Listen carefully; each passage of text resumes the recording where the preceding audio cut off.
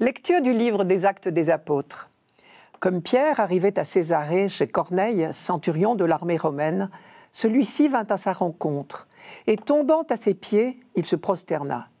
Mais Pierre le releva en disant « Lève-toi, je ne suis qu'un homme, moi aussi ». Alors Pierre prit la parole et dit « En vérité, je le comprends, Dieu est impartial. Il accueille, quelle que soit la nation, celui qui le craint et dont les œuvres sont justes. » Pierre parlait encore quand l'Esprit Saint descendit sur tous ceux qui écoutaient la parole. Les croyants qui accompagnaient Pierre et qui étaient juifs d'origine furent stupéfaits de voir que même sur les nations, le don de l'Esprit Saint avait été répandu. En effet, on les entendait parler en langue et chanter la grandeur de Dieu. Pierre dit alors « Quelqu'un peut-il refuser l'eau du baptême à ces gens qui ont reçu l'Esprit Saint tout comme nous ?» Et il donna l'ordre de les baptiser au nom de Jésus-Christ. Alors, ils lui demandèrent de rester quelques jours avec eux. Il faut peser l'importance de la première phrase. Pierre arriva à Césarée, chez Corneille, centurion de l'armée romaine. Jusqu'à la veille, Pierre n'aurait jamais eu l'idée de faire une chose pareille. Tout les oppose, ces deux hommes. Pierre, le juif, croyant, convaincu, devenu depuis peu disciple de Jésus. Et ce païen, quelqu'un qu'on ne fréquente pas, parce que d'une part il est l'occupant, mais plus encore parce qu'il est païen. Et d'ailleurs ce n'est pas Pierre tout seul qui a eu cette idée bizarre d'aller chez Corneille à Césarée. C'est Dieu qui a tout organisé, si j'ose dire. Il a préparé les deux hommes à ce qui devait être un événement très important pour la jeune communauté chrétienne. Chacun des deux hommes a eu ce jour-là une vision. Corneille a entendu un ange de Dieu lui dire « Le Seigneur t'a entendu, fais chercher Pierre pour qu'il vienne chez toi. » Quant à Pierre, à des kilomètres de là, lui aussi il a une vision curieuse, qui a l'air de vouloir déranger ses habitudes. Dans cette vision, Pierre a devant les yeux des quantités d'animaux, dont certains, considérés par la loi juive comme impurs, étaient strictement interdits à la consommation. Et une voix le pousse à lui désobéir. « Tue et mange !» Pierre, qui est un scrupuleux, ne veut pas désobéir aux règles de son enfance. Alors la voix lui fait remarquer qu'il appartient à Dieu seul de décider ce qui est pur ou impur. Pour l'instant, il ne s'agit que d'alimentation, mais déjà ces certitudes sur les sacro-saintes règles juives de pureté sont sérieusement battues en brèche. Et il faut bien cela pour le préparer à ce qu'il attend. 3 fois de suite, cette curieuse vision se reproduit. Et Pierre reste perplexe. Et c'est à ce moment précis que les envoyés de Corneille arrivent. Ils viennent demander à Pierre quelque chose de plus grave encore que de manquer chez soi aux règles alimentaires. Ils viennent lui demander d'aller chez ce païen de Corneille. Et c'est là que commence notre texte d'aujourd'hui. Corneille, en voyant entrer Pierre, se jette à ses pieds. Mais Pierre le relève. « Lève-toi, je ne suis qu'un homme, moi aussi. » Il ne peut évidemment pas accepter des manifestations de respect qui ne sont dues qu'à Dieu seul. Et puis tout d'un coup, Pierre comprend la vision qui l'avait tellement intrigué. Les animaux n'étaient qu'une image destinée à lui faire comprendre autre chose. À table, on sait qu'il était interdit par la loi religieuse de manger certains animaux considérés comme impurs. Or, la fameuse vision l'invitait à dépasser cet interdit, parce que Dieu seul, en définitive, peut déterminer ce qui est pur ou impur. Mais il était également interdit de fréquenter les païens. Ce que Pierre est invité à découvrir, c'est que cette barrière-là, elle aussi, doit tomber. Pourquoi cette interdiction de fréquenter des païens? Ce n'était pas du mépris, mais tout simplement parce que leurs pratiques étaient différentes. La fréquentation des païens risquait d'entraîner les Juifs à délaisser leurs propres pratiques. Pierre vient de comprendre. Dieu l'invite à dépasser cette loi. Tout comme la vision l'invitait à ne plus faire de distinction entre animaux purs et animaux impurs, désormais, il ne faut plus faire de distinction entre hommes purs et hommes impurs. Cela permettra de fréquenter sans scrupule tout le monde. C'est un tournant décisif qui s'amorce. Comment annoncer la bonne nouvelle aux païens si on s'interdisait de les fréquenter? Dans une première étape du plan de salut de Dieu, le peuple juif a été choisi.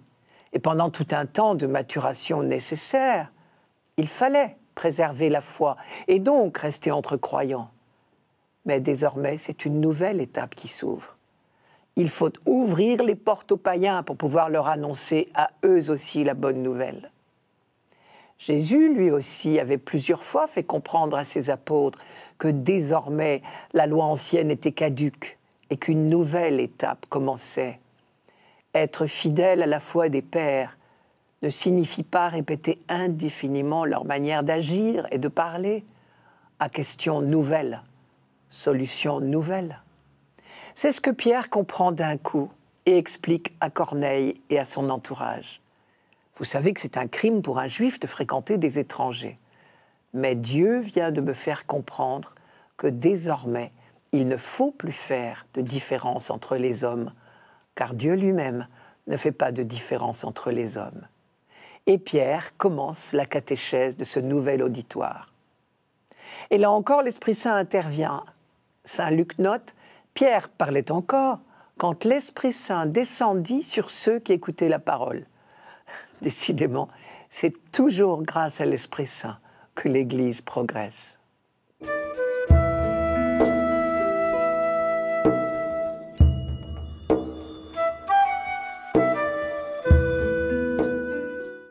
Psaume 97. Chantez au Seigneur un chant nouveau, car il a fait des merveilles. Par son bras très saint, par sa main puissante, il s'est assuré la victoire. Le Seigneur a fait connaître sa victoire et révélé sa justice aux nations. Il s'est rappelé sa fidélité, son amour en faveur de la maison d'Israël. La terre tout entière a vu la victoire de notre Dieu. Acclamez le Seigneur, terre entière, sonnez, chantez, jouez. La terre tout entière a vu la victoire de notre Dieu. C'est le peuple d'Israël qui parle ici et qui dit « notre Dieu », affichant ainsi la relation tout à fait privilégiée qui existe entre ce petit peuple et le Dieu de l'univers. Mais Israël a peu à peu compris que sa mission dans le monde est précisément de ne pas garder jalousement pour lui cette relation privilégiée, mais d'annoncer l'amour de Dieu pour tous les hommes, afin d'intégrer peu à peu l'humanité tout entière dans l'Alliance. Car la terre tout entière n'a pas seulement vocation à voir la victoire de notre Dieu, elle a vocation à en bénéficier. Ce psaume dit très bien ce que j'appellerais les deux amours de Dieu. Son amour pour son peuple choisi, élu, Israël, et son amour pour l'humanité tout entière, ce que le psalmiste appelle tantôt les nations, tantôt la terre tout entière. Les nations, ce sont tous les autres, les païens, ceux qui ne font pas partie du peuple élu. Car une des grandes certitudes que les hommes de la Bible ont acquises peu à peu, c'est que Dieu aime toute l'humanité et pas seulement Israël. Dans ce psaume, cette certitude marque la composition même du texte, puisque la phrase centrale sur ce qu'on appelle l'élection d'Israël est encadrée par deux phrases sur l'humanité tout entière. Manière de dire que l'élection d'Israël est centrale, mais qu'on n'oublie pas qu'elle doit rayonner sur l'humanité tout entière. Et cette construction le manifeste bien. Je vous relis les versets 2 et 3. Le Seigneur a fait connaître sa victoire et révélé sa justice aux nations. Il s'est rappelé sa fidélité, son amour en faveur de la maison d'Israël. La terre tout entière a vu la victoire de notre Dieu. La phrase centrale, il s'est rappelé sa fidélité, son amour en faveur de la maison d'Israël, est l'expression consacrée pour rappeler ce qu'on appelle l'élection d'Israël. Derrière cette toute petite phrase, il faut deviner tout le poids d'histoire, tout le poids du passé. Les simples mots, sa fidélité, son amour, sont le rappel vibrant de l'Alliance. C'est par ces mots-là que dans le désert, Dieu s'est fait connaître au peuple qu'il a choisi, le Dieu d'amour et de fidélité. Cette phrase veut dire, oui, Israël est bien le peuple choisi, le peuple élu. Mais les deux phrases qui l'encadrent et qui parlent des nations rappellent bien que si Israël est choisi, ce n'est pas pour en jouir égoïstement, pour se considérer comme fils unique, mais pour se comporter en frère aîné. Et quand le peuple d'Israël, au cours de la fête des tentes à Jérusalem, acclame Dieu comme roi, ce peuple sait bien qu'il le fait déjà au nom de l'humanité tout entière. En chantant cela, on anticipe en quelque sorte, on imagine déjà, parce qu'on sait qu'il viendra, le jour où Dieu sera vraiment le roi de toute la terre, c'est-à-dire reconnu par toute la terre. La première dimension de ce psaume, très importante, c'est donc l'insistance sur ce que j'ai appelé les deux amours de Dieu, pour son peuple choisi et pour toute l'humanité. Une deuxième dimension de ce psaume est la proclamation très appuyée de la royauté de Dieu.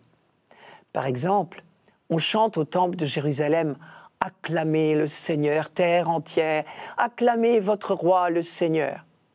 Quand je dis « on chante », c'est trop faible. En fait, par le vocabulaire employé en hébreu, ce psaume est un cri de victoire, le cri que l'on pousse sur le champ de bataille après la victoire, la terroir, en l'honneur du vainqueur. Le mot de victoire revient 3 fois, vous l'avez entendu dans les premiers versets. Par son bras très saint, par sa main puissante, il s'est assuré la victoire. Le Seigneur a fait connaître sa victoire et révélé sa justice aux nations. La terre tout entière a vu la victoire de notre Dieu. Cette victoire de Dieu dont on parle ici est double. C'est d'abord la victoire de la libération d'Égypte. La mention « par son bras très saint, par sa main puissante » est une allusion au premier exploit de Dieu en faveur des fils d'Israël, c'est-à-dire la traversée miraculeuse de la mer qui les séparait définitivement de l'Égypte, leur terre de servitude. L'expression « le Seigneur t'a fait sortir de là d'une main forte et à bras étendus » était devenue la formule type de la libération d'Égypte. On la retrouve par exemple dans le livre des Deutéronomes et dans les psaumes. La formule « il a fait des merveilles » est aussi un rappel de la libération d'Égypte. Mais quand on chante la victoire de Dieu, on chante également la victoire attendue pour la fin des temps, la victoire définitive de Dieu contre toutes les forces du mal. Et déjà, on acclame Dieu comme jadis on acclamait le nouveau roi le jour de son sacre, en poussant des cris de victoire au son des trompettes, des cornes et dans les applaudissements de la foule. Mais alors qu'avec les rois de la terre, on allait toujours vers une déception, cette fois on sait qu'on ne sera pas déçu. Raison de plus pour que cette fois la terroir, le cri de victoire, soit particulièrement vibrante. Désormais, les chrétiens acclament Dieu avec encore plus de vigueur, parce qu'ils ont vu de leurs yeux le roi du monde. Depuis l'incarnation du Fils, ils savent et ils affirment, envers et contre tous les événements apparemment contraires, que le règne de Dieu, c'est-à-dire le règne de l'amour, est déjà commencé.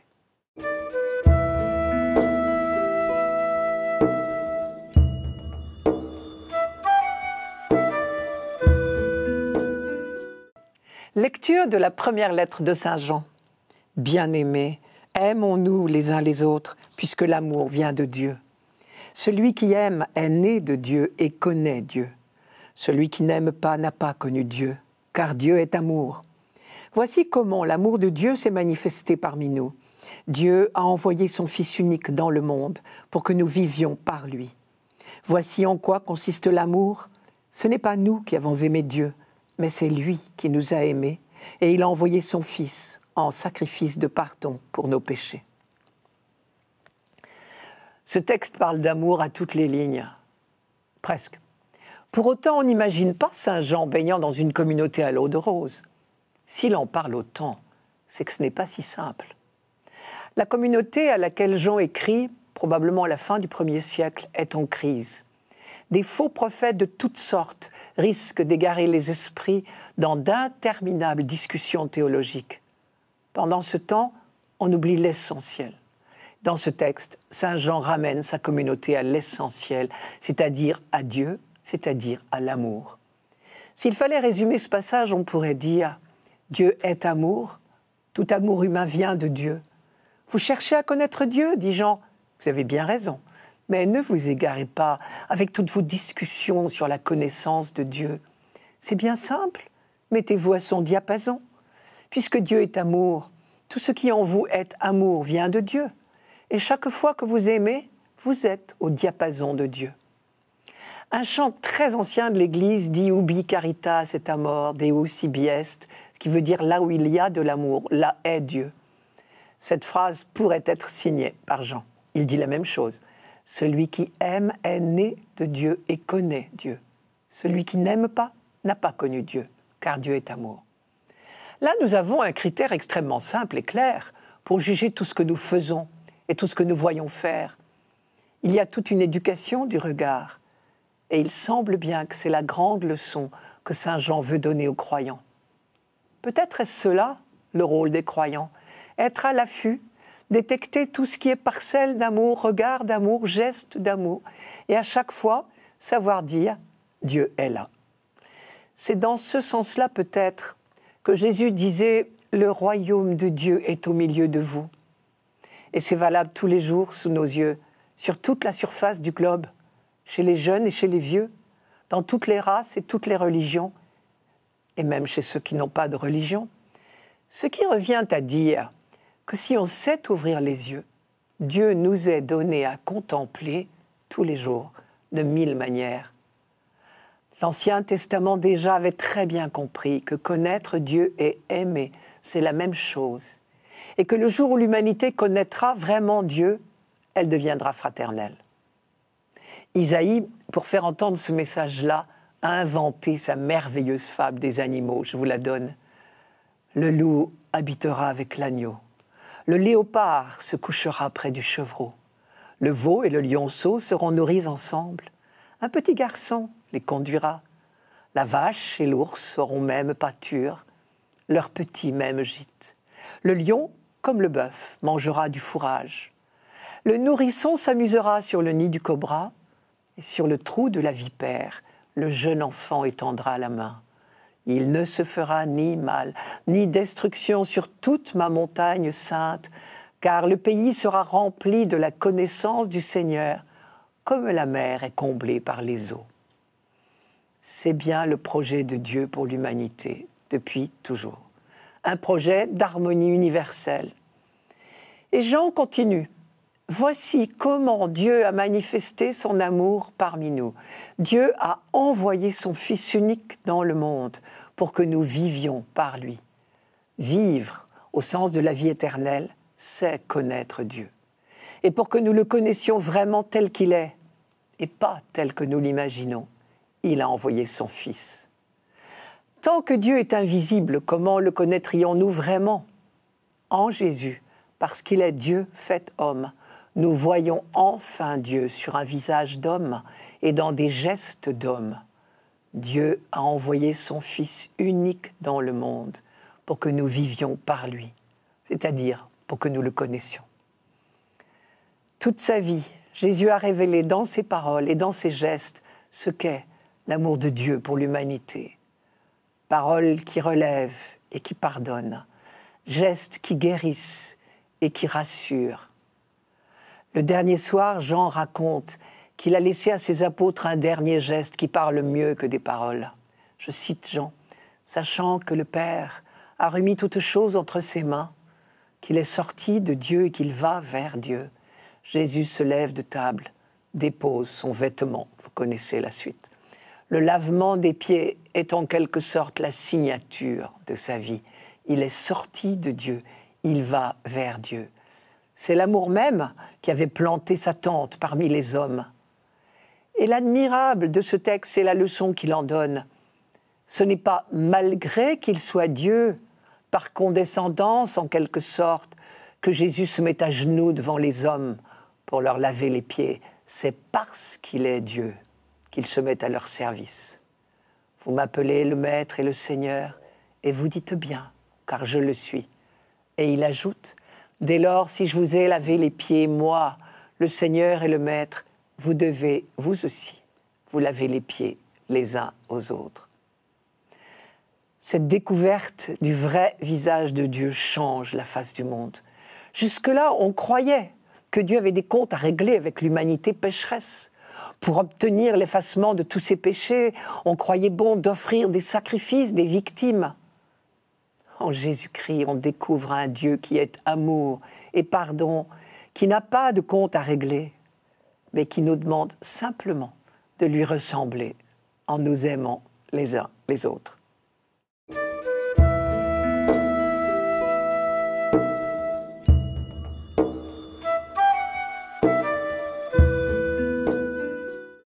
Évangile de Jésus-Christ selon saint Jean.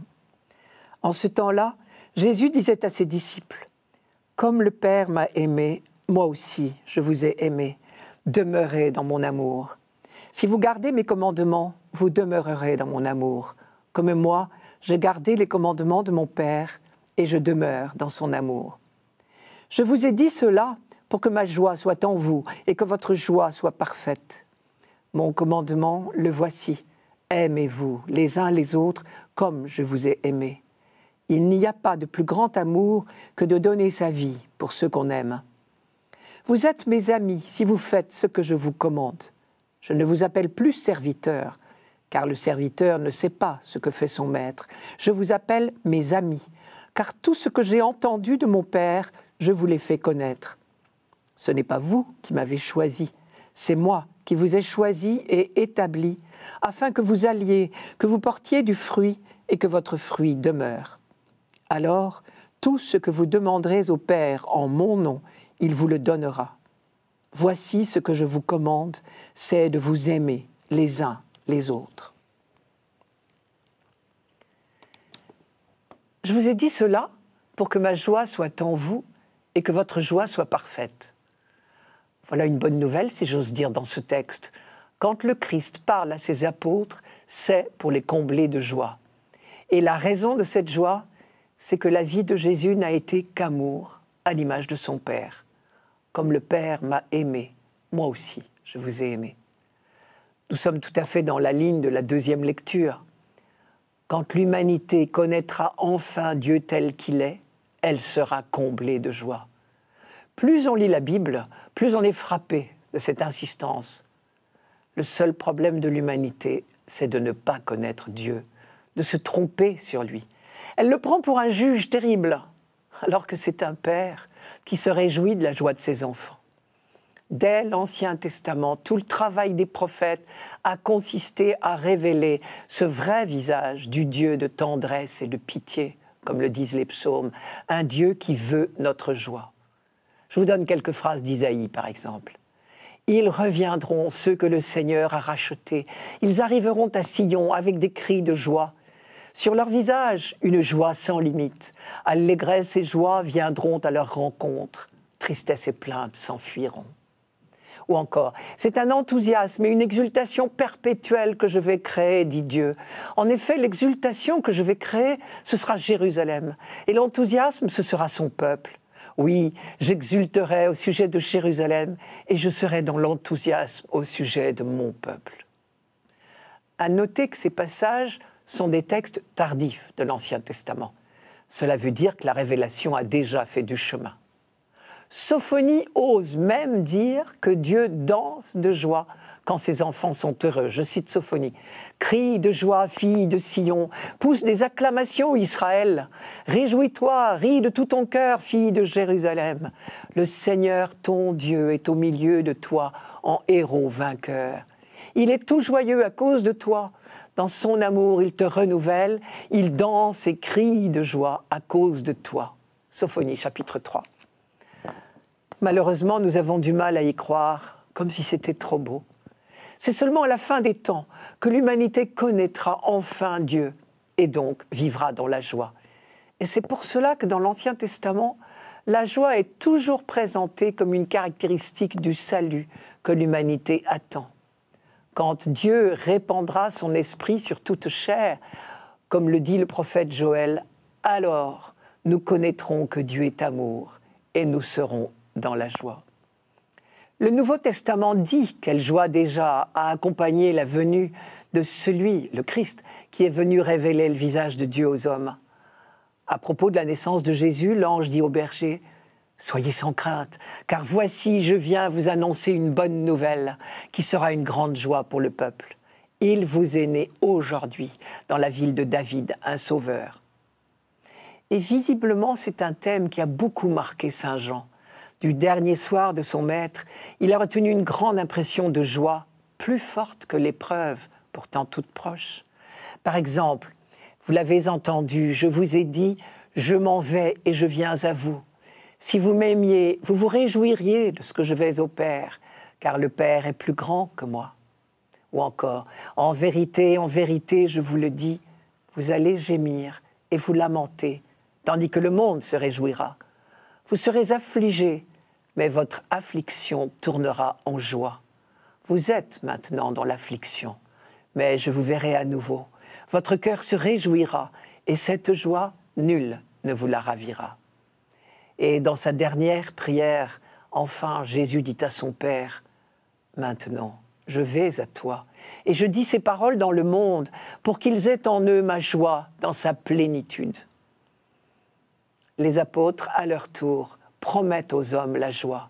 Saint Jean y insiste dans ses lettres. Et nous vous écrivons cela pour que notre joie soit complète. C'est dans la première lettre, ou encore dans la deuxième. J'ai bien des choses à vous écrire. Pourtant, je n'ai pas voulu le faire avec du papier et de l'encre, car j'espère me rendre chez vous et vous parler de vive voix, afin que votre joie soit complète. Au fond, c'est peut-être à cela que l'on reconnaît les prophètes ou les apôtres. Ce sont ceux qui révèlent aux hommes le vrai visage du Dieu de la joie. Ceux-là, quand leur heure sera venue, s'entendront dire « C'est bien, bon et fidèle serviteur, tu as été fidèle en peu de choses, sur beaucoup je t'établirai. Entre dans la joie de ton maître. »